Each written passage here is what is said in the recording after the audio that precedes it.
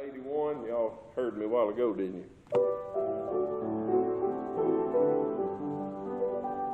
We have heard the joyful sound.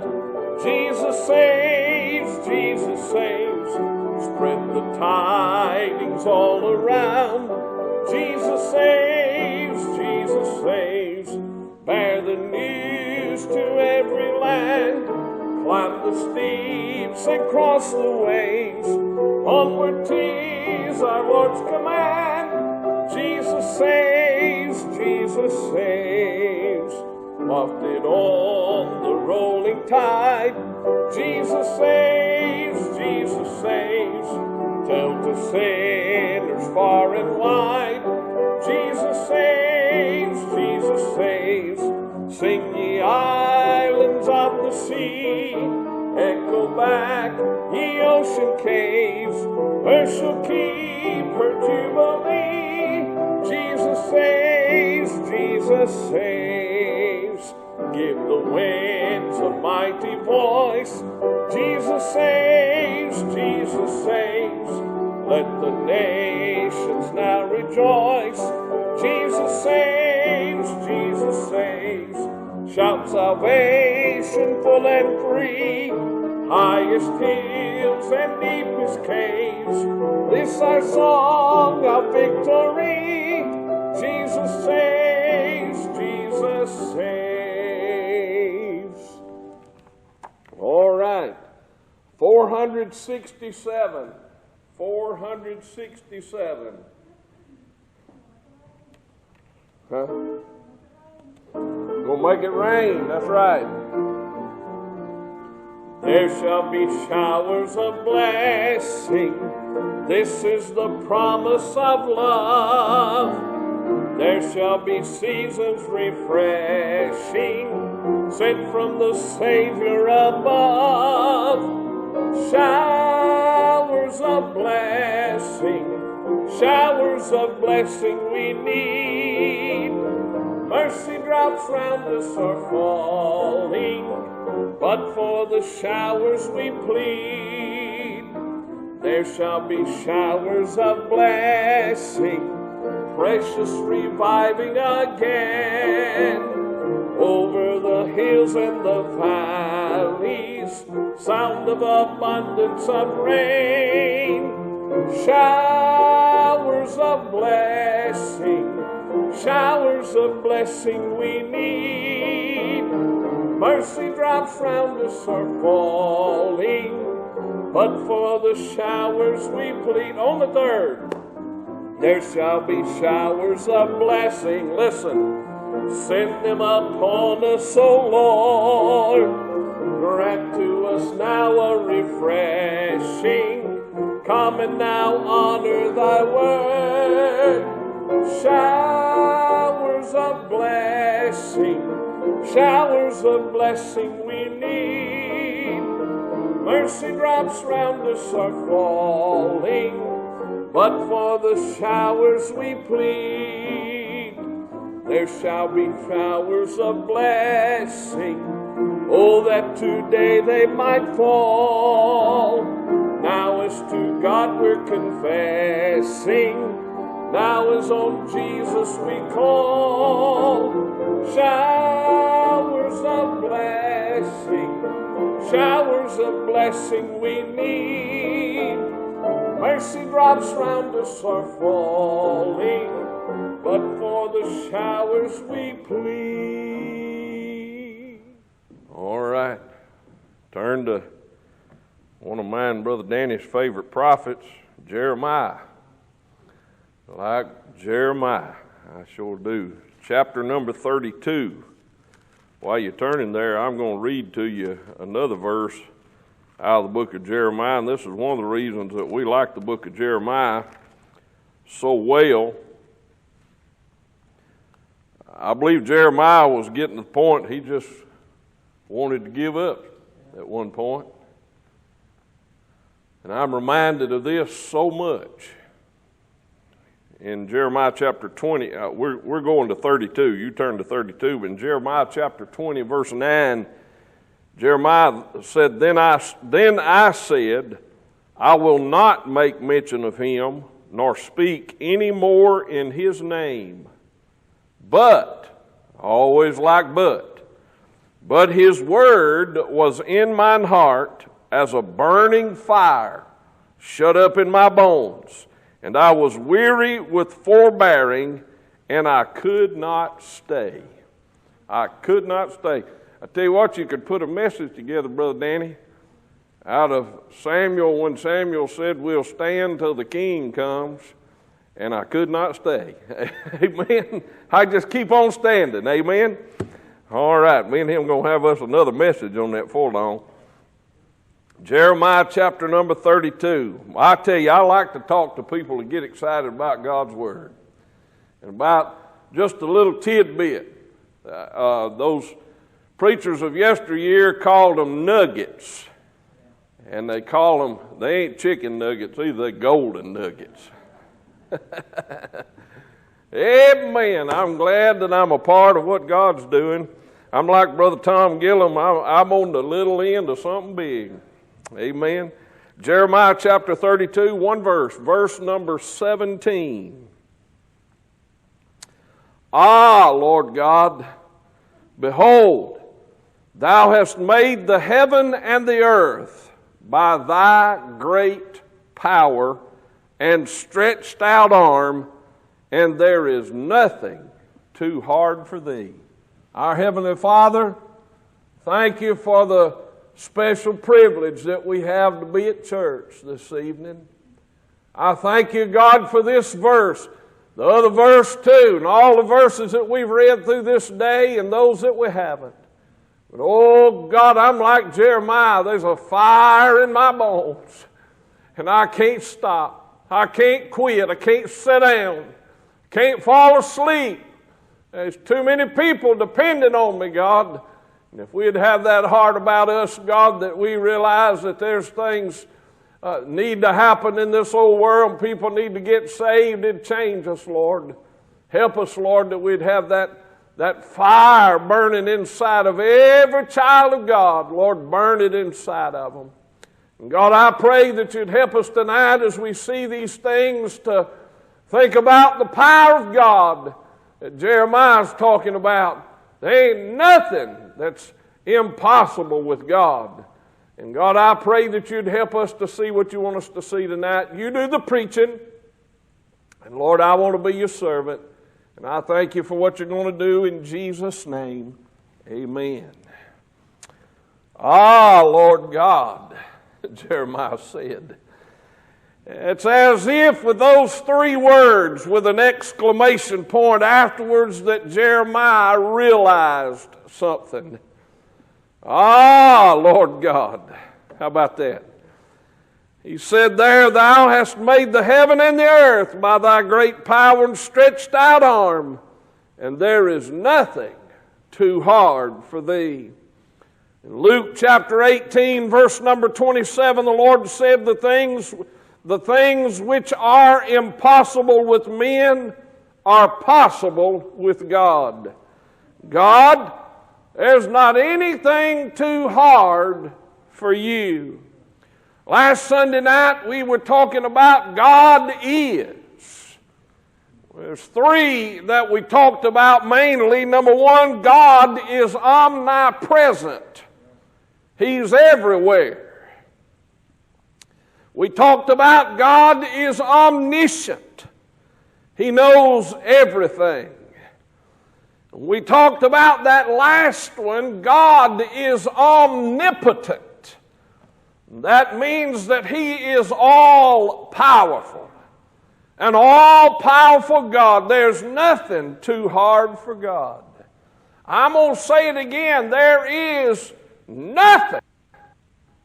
I'm going to highlight it for you. Nothing too hard for God. Nothing too hard for God. And that's what I want us to talk about tonight. We're still talking about knowing God.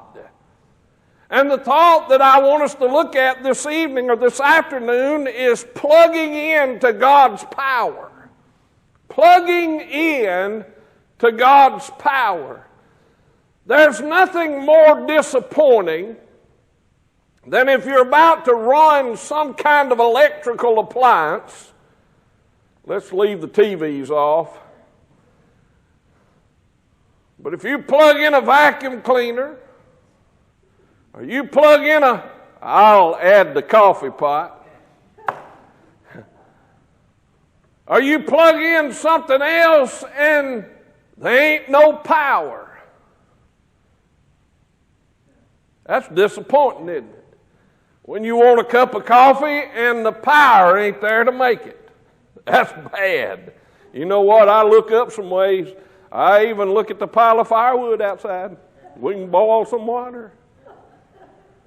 I got one of them little old glass carafe things with a little basket goes on top, and we can do a pour over. Pour some boiling water over it. Just as long as you can get boiling water, we can have coffee. Sure is disappointing when you got to split firewood to make coffee, though, because you ain't got no power. I'm talking about plugging into God's power. I got news for you. There's always power there. Amen? There's always power in God, and we need to plug into God's power for our life. Jeremiah said, there's nothing too hard for you, Lord. I want to talk about the affirming of an affirmation. You know what that is? I like when things are affirmed. That means you can put the stamp of God's approval's been put on it. Amen? The affirming of God's power. David talked about it in Psalm 19, verses 1 and 2, when he said, the heavens declare the glory of God, and the firmament showeth his handiwork. Day unto day uttereth speech, and night unto night showeth knowledge. He said the firmament, all of that expanse out yonder in the space above this earth, he said it shows his power. It shows his handiwork. If you want to see the power of God, look up. Jesus, while he was here on this earth, displayed the power of God.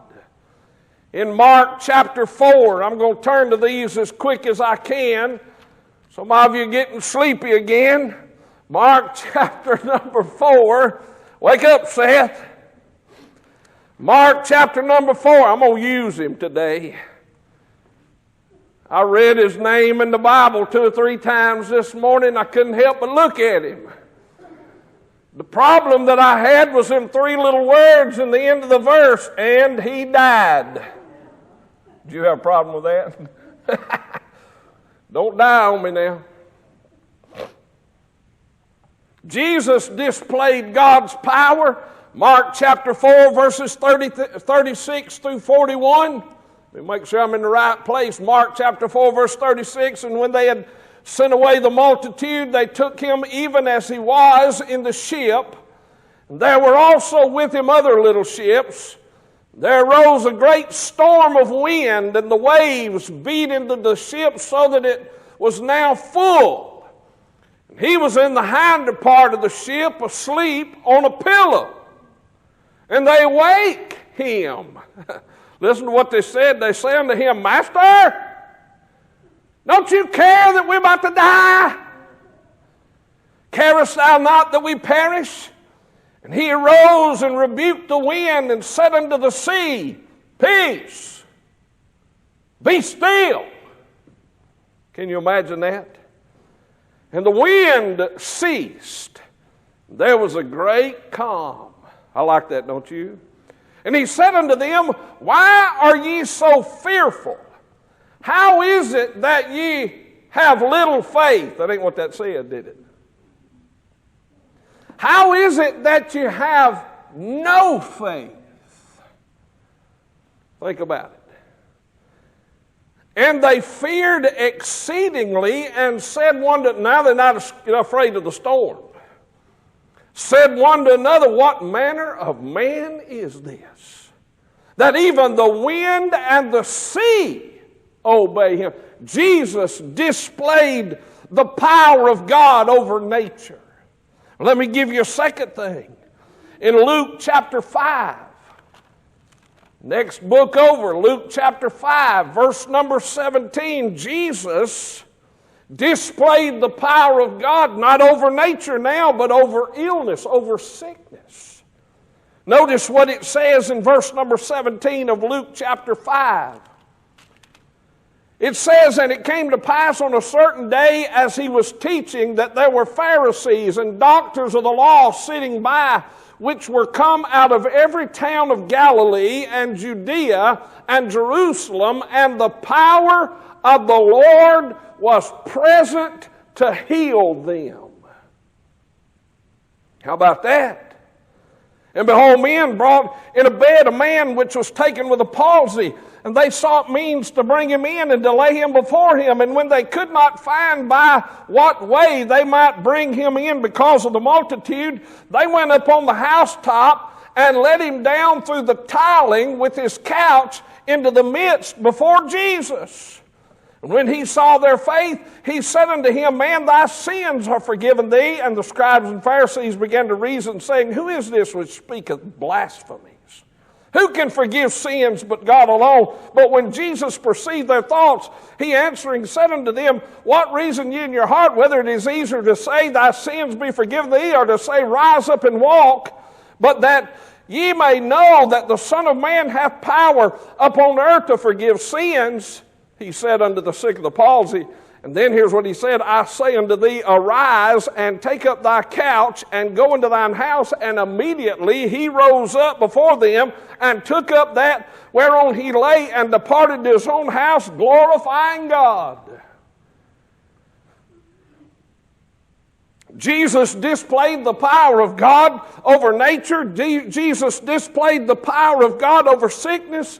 And in Luke chapter number 7, verses 11 through 15, Jesus displayed the power of God over death. It says, and they were filled with madness. Excuse me, wrong one. Luke chapter 7. And it came to pass, verse number 11, and it came to pass the day after that he went into a city called Nain, and many of his disciples went with him, and much people. And when he came nigh to the gate of the city, behold, there was a dead man carried out, the only son of his mother, and she was a widow. And much people of the city was with her. And when the Lord saw her, he had compassion on her, and said unto her, Weep not. And he came and touched the bier, that's the coffin. And they that bare him stood still, and he said, Young man, I say unto thee, arise. And he that was dead, he used to be dead, right? He that was dead sat up and began to speak, and he delivered him to his mother. Isn't that something? Jesus displayed the power of God over nature. Jesus displayed the power of God over sickness. Jesus displayed the power of God over death. And in Luke chapter 8, Jesus displayed the power of God over the devil. Luke chapter 8, look at verse 27. It said, when he went forth to land, there met him out of the city a certain man which had devils long time, and wear no clothes, neither abode in any house, but in the tombs. Shell and I were watching Sergio and Rhoda in Israel here a while back. It was either them or the other guy that showed those things in Israel. They showed in this cemetery a cave-like place where was a tomb, said it was possibly the place where this demon-possessed man lived, among the tombs. It was amazing just to see all of that stuff in those Judean hillsides outside of Jerusalem. But here he is. And I'm going to have to find my place again. All right? 28. And when he saw Jesus, he cried out and fell down before him. And with a loud voice said, What have I to do with thee, Jesus, thou Son of God Most High? See, even the devil knows Jesus' name. Amen? I beseech thee, torment me not. For he had commanded the unclean spirit to come out of the man, for oftentimes it had caught him. He was kept bound with chains and in fetters, and he brake the bands and was driven of the devil into the wilderness. And Jesus asked him, "What is thy name?" And he said, "Legion," because many devils were entered into him. And they besought him that he would not command them to go out into the deep. And there was there an herd of many swine. Y'all know what swine is, don't you? Pigs, hogs. Many swine. Matter of fact, does it say here? I read this, but I forgot. I read it in different places, but there was about 2,000 according to I believe it was the book of Mark. Mark said. Brother Ray preached a message on 2,000 dead hogs and no hot water. And can you imagine that much ham? There was an herd of, tenderloin. There was there an herd of many swine feeding on the mountain. And they besought him that he would suffer them to enter into them, and he suffered them. The devil said, "Let us go into those hogs." Then went the devils out of the man and entered into the swine, and the herd ran violently down a steep place into the lake and were choked. When they that fed them saw what was done, they fled and went and told in the city and in the country. Then they went out to see what was done and came to Jesus and found the man, not the demon-possessed man, but the man, out of whom the devils were departed, sitting at the feet of Jesus. Listen to this. Clothed. He was naked. Clothed. And in his right mind, and they were afraid. Here we see the displaying of God's power by Jesus over the devil. Hey, that old boy thinks he's got it made. But somewhere back in the deepest parts of his mind, he knows that he's done far before he ever starts anything. Because the Bible tells us that one day, after this thing's over, he's going to be locked up in hell forever. Ain't that going to be something? Praise God. So we see God's power affirmed in the Scripture. Yes, He's powerful. Yes, there's nothing too hard for God. Yes, with God all things are powerful, are possible. Let's see just a moment. I'm going to go through these real fast. I've got the Scripture if you want to jot it down. I've got it in my notes. I'm going to read it from my notes for sake of time, but I want you to see the application of God's power. And you know what? We see the application of God's power in the Scripture, but I want you to understand something. We can still see God's power applied to the church today. In Ephesians chapter 1, verse number 20, it says, "Which we wrought in Christ when He raised Him from the dead and set Him at His own right hand in heavenly places." Set Him at His own right hand in heavenly places. I'm talking about God being all powerful. But there's a power shortage in our life. A shortage of power in our life. Number one, we don't have the ability to initiate. You've got to have God's power to initiate. Listen to what Romans 7:18 says. "For I know that in me," Paul says, that is in my flesh, "dwelleth no good thing. For to will is present with me." In other words, he said, I got a will to do it. I want to do it. But listen to what he said. "But how to perform that which is good, I find not." Paul said, I want to do what's good, but I don't know how to do what's good. But God can give us the power to perform. Here's the answer to it. The power shortage is that you and I within ourselves do not have the power to perform. We don't have the power to initiate. Well, listen to what Philippians 2:13 says. Paul, he's talking. He said, I want to do good, but I don't know how. In Romans 7:18, Philippians 2:13, he said, for it is God which worketh in you both to will and to do his good pleasure. It is God. And I'm talking about the God that Jeremiah talked about that could do anything.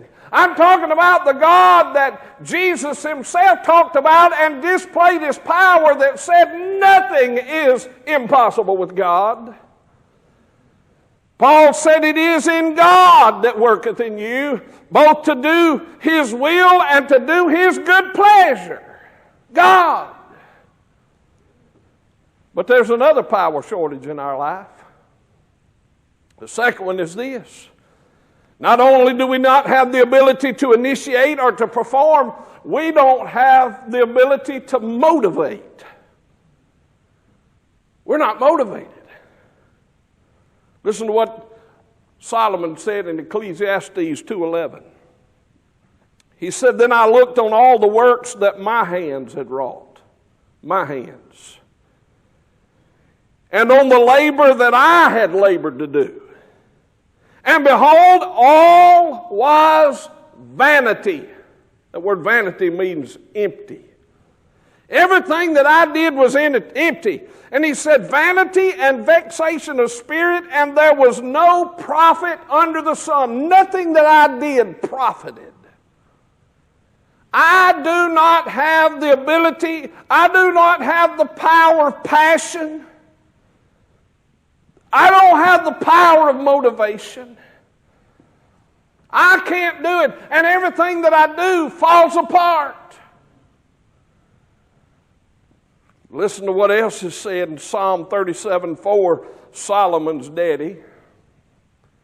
He said this, delight yourself in the Lord, and he will give you the desires of your heart. How about that? God can give me the power of passion.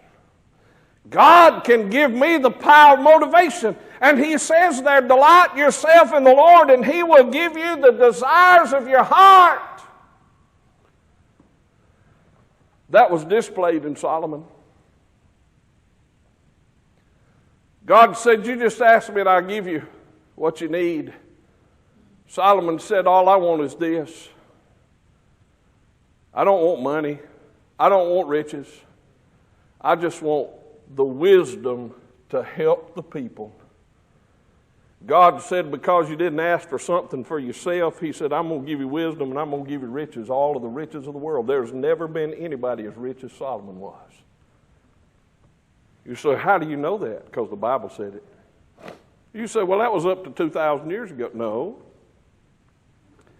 Jesus said there was never one better and richer, nor will there ever be.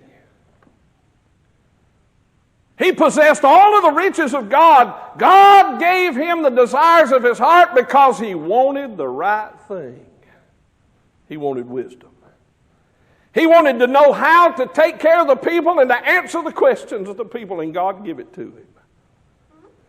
So God can help that power shortage, that shortage of passion, that shortage of motivation. There's another one, number 3, power shortage. The power to tolerate. Now, the word tolerate, I'm not talking about tolerate in a way that it's talked about today. I'm talking about persistence. We don't have the power of persistence, do we? How many of us start a job and quit it before it gets done? I've seen hands go up. They were low, but they went up enough that the preacher could see. I'm talking about persistence. Listen to what the psalmist said. Psalm 6, verse 2. Have mercy upon me, O Lord, for I am weak. O Lord, heal me, for my bones are vexed. My soul is sore vexed. But thou, O Lord, how long? I don't have the power of persistence. We might talk about patience just a little bit here.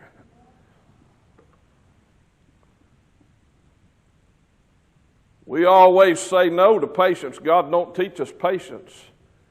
But you know that's one of God's fruits of the Spirit. Patience, long-suffering, patience. We need it, don't we? Listen to what Isaiah said. I don't have the power to persist. I don't have the power of patience. I don't have the power of toleration. I want it, hey, give it to me now. I want it done right now. God, help me now. God, do it now. Listen to what Isaiah said, Isaiah 40:31. But they that wait upon the Lord shall renew their strength. They shall mount up with wings as eagles. They shall run and not be weary, and they shall walk and not faint. They that wait upon the Lord. You see, we need God's help to have persistence. We need God's help to live in patience and to be serious about this thing. There's another power shortage. I got two more here. And I have to quit. I'll just be half through. But I'm not going to leave it half done. I'll finish it another time. But the fourth power shortage, the power to captivate. Listen to what Numbers 13:31 and 33 says. But the men that went up with him said, Caleb and Joshua sent out with several other men. There's 12 of them in all, wasn't there? 10 other men to spy out the land of Canaan. Numbers 13:31 says, but the men that went up with him said, we be not able to go up against the people, for they are stronger than we. Verse 33 says, and there we saw the giants, the sons of Anak. Hey, a bunch of Goliath's kinfolks were over there in that land. Giants. He said, which come of the giants. We saw the giants, the sons of Anak, which come of the giants. And listen to this. We were in our own sight. That's important. We were in our own sight as grasshoppers. And so we were in their sight. That was a perception of those men. But I guarantee you that if they went over and done what God said, them big old giants would have looked at them little bitty Israelites and would have said, them some big folks. Because when they finally went over, you go read it in the book of Joshua. When Joshua led the troops around the walls of Jericho, they were told by Rahab the harlot, we've heard about y'all,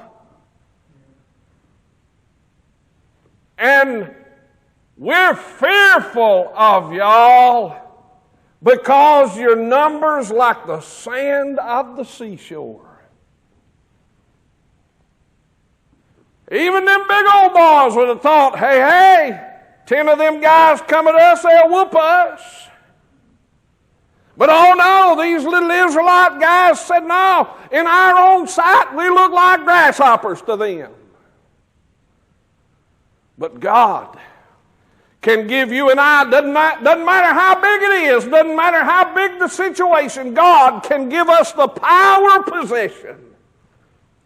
Listen to what Caleb said. God gives the power of possession. Numbers chapter 13, verse 30. And chapter 14, verse 9. Listen to what Caleb said. Caleb stilled the people before Moses and said. let us go at once. Hey, you talking about a young man that was rallying the people. Rallying the troops. He said, let's go now. I'm ready to go. I don't care how big them boys are. I don't care how big the situation we'll get into. Let's go now, at once, he said, and possess it. He said, for we are well able to overcome it. Then chapter 14, verse 9 says, only rebel not ye against the Lord. Neither fear ye the people of the land, for they are bread for us. Caleb said, we need to go on over there. He said, they'll cook us some bread. They're bread for us. No, he's talking about their food for us. Their sustenance for us. Hey, they'll take care of us. God will use them people to take care of us, Israelites. We need to go on. We need to go possess it. God said it's ours. He said every place that the sole of our foot touches, it belongs to us.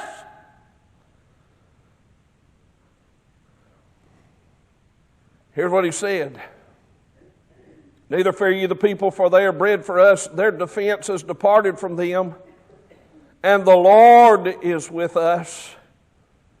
Fear them not. The Lord is with us. Fear them not. Let me give you a number 5. Power shortage number 5. The power to appropriate or to prosper. You and I don't have the power to prosper on our own, do we?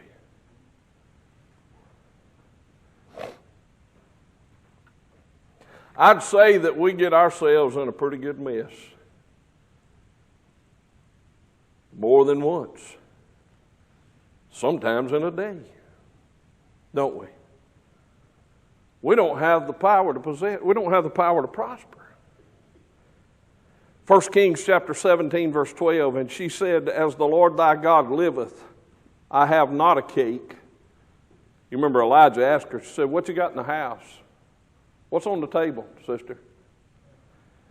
She said, as the Lord thy God liveth, I have not a cake, but an handful of meal in a barrel, and a little cruse, a little oil in a cruse, and behold, I am gathering 2 sticks, that I may go in and dress it for me and my son, that we may eat it and die.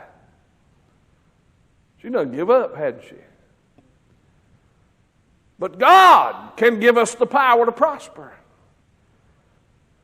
For several hundred years later, a man by the name of Paul wrote to a church at Philippi in Philippians chapter 4, verse 19, and said, but my God shall supply all your need according to his riches and glory by Christ Jesus. My God shall supply all your needs. We can't do it on our own. I read the verse this morning where Jesus said, take ye no thought what you shall eat or what you shall put on. Is not the body, isn't it better than food? Isn't it better than raiment? God said, I'll take care of you. Don't take no thought, don't worry about it. Isn't that a hard thing to do? Not worry. But they that wait upon the Lord shall renew their strength. They shall mount up with wings as eagles. They shall run and not be weary. They shall walk and not faint. They that wait upon the Lord. You see, God has the power, and you and I just fall under that power, submit ourselves to God, and He'll take care of us. You say, well, God ain't taking care of me. I'm going through all this. Maybe you hadn't submitted yourself to Him. Maybe you hadn't committed your ways to Him. That's what the Bible says to do. Everything you do ought to be of God. Hold on. Preacher, everything you do ought to be of God. Hold on. Y'all ready? It'll be like Brother Joe Arthur. Point at that person next to you and say this: everything you do ought to be of God. Everything. Everything. Not one thing that you do in this life should you leave God out of it. And if we'll have that mindset about us, and we'll have that, not only that mindset, but we'll speak those words and rally the troops. Do you know what we could do for God across this world? Lighthouse Baptist Church, a little old bitty group of folks, don't look like anything to this world, don't look like anything to the great big politicians and all of that, but what we could do for God.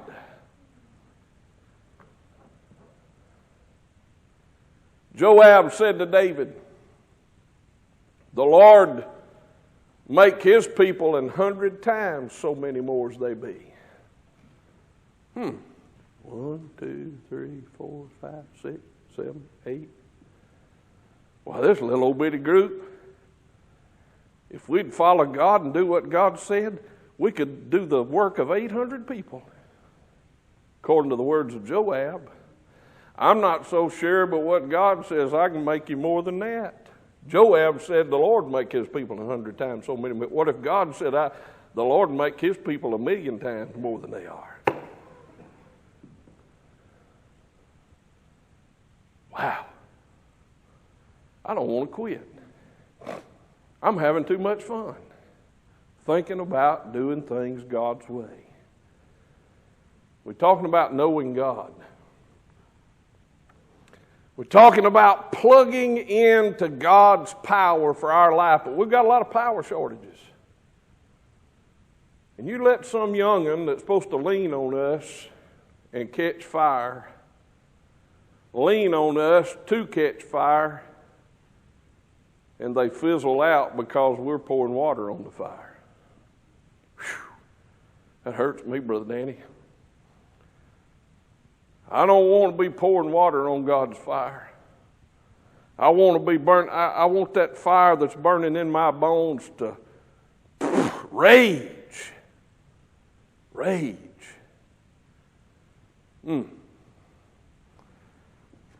My. We need to plug into God's power. Our Heavenly Father, I don't know what else to say, don't know what else to do, but just trust in you.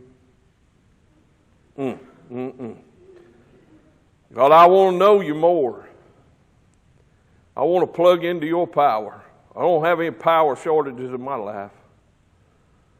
God, I want to be able to let them young folks lean on me. And when they lean over on me, they don't go, shh. It's just like a raging roar that comes out of them because they leaned on the fire of God. God, that's possible in our lives. That's possible. God, we're drawing near the end of this thing. God, I know I'm on the little end of something big, like Brother Tom said, but God, I want it to look bigger than it does. And help me to be that big person in the eyes. God, I want to, if folks are looking up to me, help me to do something to show them the right way. Let those that come behind me find me faithful. Oh, God, help us now. I don't want the Lord to say of me, you don't have any faith. God, help us, help us. I thank you, praise you, thank you in Jesus' name. Amen.